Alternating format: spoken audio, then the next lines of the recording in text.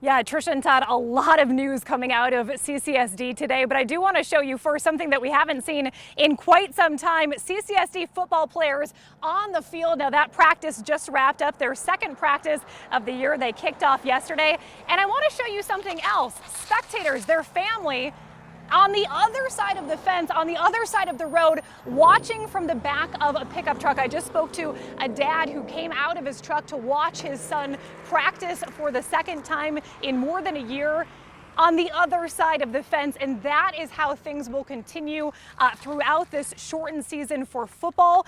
CCSD just announcing today that fall and intramural sports will not have spectators, those fall sports beginning in the beginning of May, but spring sports will have some spectators allowed. So they will allow for home team spectators to attend spring sports games. That includes baseball, boys golf, boys volleyball, softball, swimming and diving, and track and field. Spectators will have to wear their masks. They'll have to practice social distancing, and individual schools will decide how many fans get to attend each event based on the capacity of various venues. Now, I asked Superintendent Jesus Jara how the district is justifying right now allowing fans to come to spring sports but not fall and intramural sports when they're all being played in the same month, and he had this to say.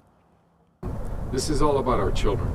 This is about our kids and the opportunity to participate in an intramural activity. This has been our focus. This has been my focus. The spring sports are a little different. They're more competitive. They're competing with other schools. Our fall sports are within inter squad and they're within their own school. They'll have their fall season in the fall of 21-22. So not for seniors though. Well, I understand that.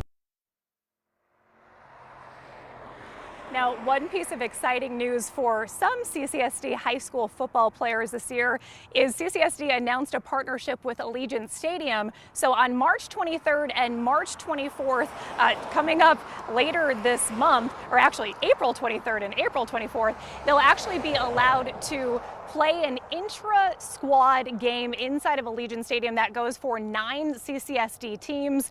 They will be randomly selected, so we don't know which teams will get to participate in that, and no spectators will be allowed inside of Allegiant, but still a very cool opportunity for some of these CCSD high school football players. Trisha and Todd.